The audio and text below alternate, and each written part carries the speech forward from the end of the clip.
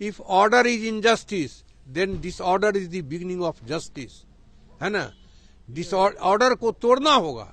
जनता का जो अधिकार है संवैधानिक, उसे खत्म कर रही है सरकार, और इस रूप में आप देखेंगे तो सब सरकार इसमें शामिल है। हाँ, पहले पटना में कहीं भी आप धरना प्रदर्शन हम लोग गवर्नर हाउस तक चले गए हैं, गांधी मैदान के चारों तरफ कहीं भी बैठते थे, कोई दिक्कत नहीं था। न पक्ष चाहता है न विपक्ष चाहता है कि जनता का आवाज को उठाए, इसीलिए वो ऐसे एक कोना में डाल दिया है कि कोई वहां सुनने के लिए जाने के लिए तैयार नहीं होता। जिस शहर में राज्य की सरकार के मुख्य कार्यालय होते हैं, जहां से राज्य का सारा काम काज चलता है, उसे राज्य की राजधानी कहते हैं। राज्य की जनता राजधानी में शासकों से अपनी बात कहने आती ही है, हाट बाजार करने भी आती है, अस्पतालों में बेहतर इलाज के लिए आती है और पठन पाठन के लिए भी आती है।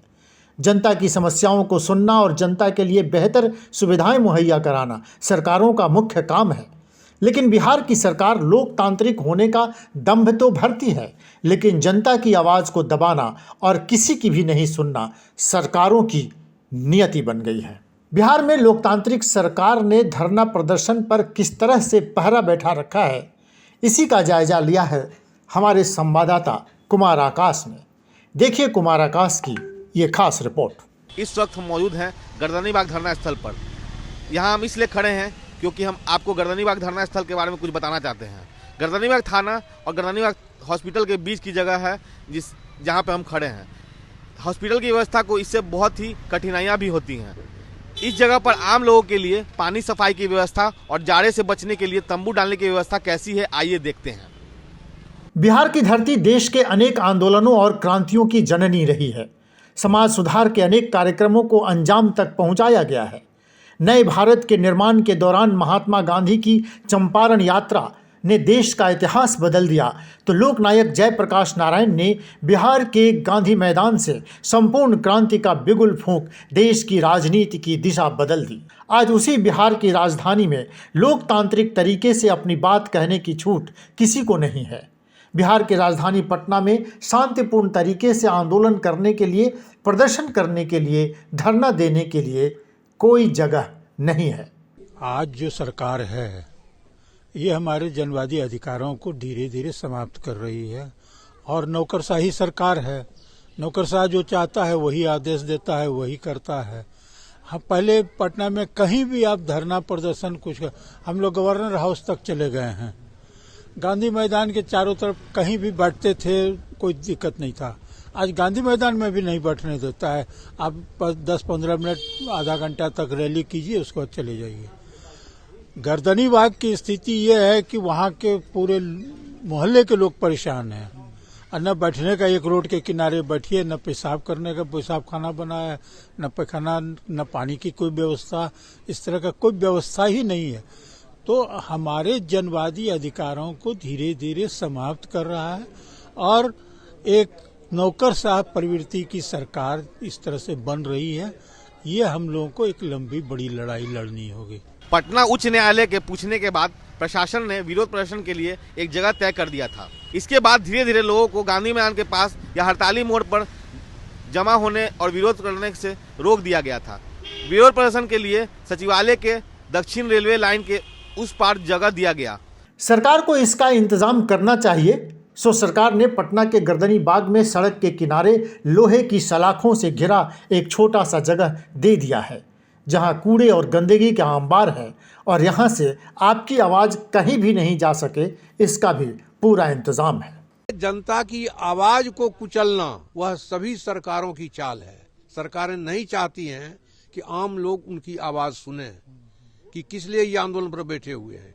इसलिए ऐसी जगह जहां लोग उनकी आवाज सुन सकें, इसकी जगह पर ऐसी जगह भेज दो जहां अरण्य रोदन कहते हैं उसको, जंगल में रोना, जहां कोई सुने नहीं, है ना, उस जगह पर भेज दिया।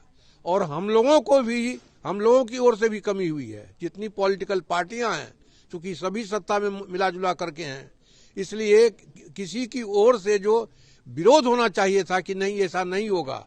यह आज की बात नहीं है, बल्कि लोगों के विरोध करने के अधिकार को धीरे धीरे छीना गया है और विरोध करने लायक जगह को उसी तरह धीरे धीरे संकुचित किया गया है। 1974 में गांधी मैदान से प्रदर्शन करते हुए लोग विधानसभा भवन के बाहर शहीद स्मारक तक चले गए थे। 5 जून 1974 को लोग बेली रोड से राजभवन तक पहुंच गए थे, लेकिन 1977 में बनी जनता पार्टी की सरकार ने इस पूरे इलाके में लगातार धारा 144 लगाकर विरोध प्रदर्शन करने वालों को रोक दिया। बाद में बेली रोड पर एक हड़ताली मोड़ बन गया, जिसके आगे लोग नहीं जा सकते थे। धीरे धीरे हड़ताली मोड़ का स्थान बदलकर आर ब्लॉक के पास कर दिया गया, जहां लोग जीपीओ की तरफ से आकर रुक जाते थे। अब इन जगहों पर भी आप धरना प्रदर्शन नहीं कर सकते। विरोध करने का जो अधिकार था जनता के आवाज को सरकार तक ले जाने की, तो ये सरकार जो है पूरे देश के, बिहार में भी ऐसा पूरा जो है, ये बहुत वर्षों से खासकर अफसरों का मांग था कि डेमोक्रेसी ज्यादा बढ़ गई है, ज्यादा जो है भाषण देते हैं लोग, आवाज होता है, तो इनके मांग को सरकार ने पूरा करके और जनता का जो संवैधानिक अधिकार था, जो लोकतंत्र में मिला था, उसे ये खत्म किया है। और यही वजह है कि जनता को जो है वो दूर भेज दिया। आप अपना आवाज रखिए तो दूर रखिए, जहां कोई सुन न सके। तो ये डेमोक्रेसी को खत्म कर रही है, जनता का जो अधिकार है संवैधानिक, उसे खत्म कर रही है सरकार। और इस रूप में आप देखेंगे तो सब सरकार इसमें शामिल है। विरोध प्रदर्शन के लिए आप गांधी मैदान के चारों तरफ भी चक्कर नहीं लगा सकते। गांधी मैदान की बुकिंग करके उसके अंदर कोई स्थिर रैली के रूप में आप कुछ कर सकते हैं, लेकिन सड़कों पर कोई रैली लेकर जाने की इजाज़त आपको नहीं है।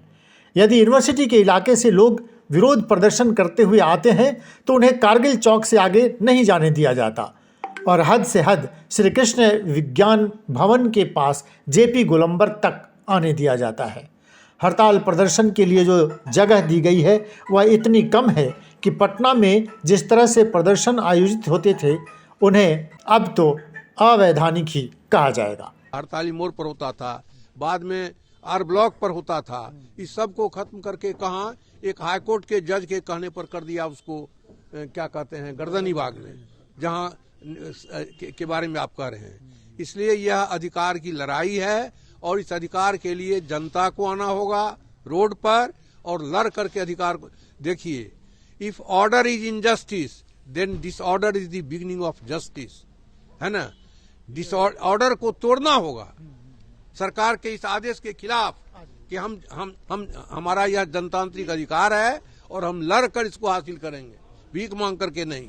याद करने की बात है कि नीतीश कुमार के सरकारी आवास 1 अणे मार्ग के सामने सन 2014 में 2000 खेतीहर मजदूर और किसान जमा हो गए थे और उन्होंने सुबह सुबह ही यह संदेश भिजवाने की कोशिश की कि मुख्यमंत्री नीतीश कुमार किसी डेलीगेशन से मिलते क्यों नहीं। इस दौरान वहां से 350 लोगों को गिरफ्तार कर 7 थानों में रख दिया गया और आगे कुछ लोगों पर 353 के तहत मुकदमा चला दिया गया। पहले हड़ताल प्रदर्शन विरोध करने वाले लोगों के लिए पटना में जिस तरह एक खुला जनतांत्रिक वातावरण था, उसके ठीक विपरीत अब ऐसा लगता है कि चप्पे चप्पे पर पहरा बिठा दिया गया है। Gardner road, R block, Mangles road और शहीद स्मारक कुछ ऐसे स्थान हैं जहां अभी भी कुछ खाली जगह हैं। इसके अलावा मिलर स्कूल ग्राउंड है। इन स्थानों पर निश्चित तौर पर सिविक सुविधाओं की व्यवस्था कर धरना प्रदर्शन करने के लिए जगह की मांग हो रही है, जिसकी अनदेखी सरकार बार बार कर रही है। न पक्ष चाहता है न विपक्ष चाहता है कि जनता की आवाज को उठाए, इसीलिए वो ऐसे एक कोना में डाल दिया है कि कोई वहां सुनने के लिए जाने के लिए तैयार नहीं होता है। तो हमारा ये मानना है कि पहले जो हड़ताली मोड़ पर होता था या आर ब्लॉक पर होता था, वही सबसे ज्यादा सुटेबल जगह है।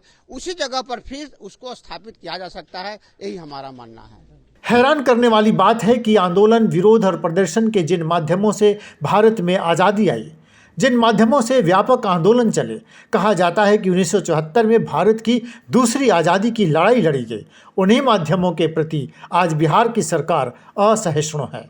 और ऐसा तब है जब पिछले 32 सालों से बिहार की सरकार के मुखिया वे लोग हैं जो 1974 आंदोलन की परंपरा से निकले हैं। कुमार आकाश, विमर्श न्यूज़, पटना।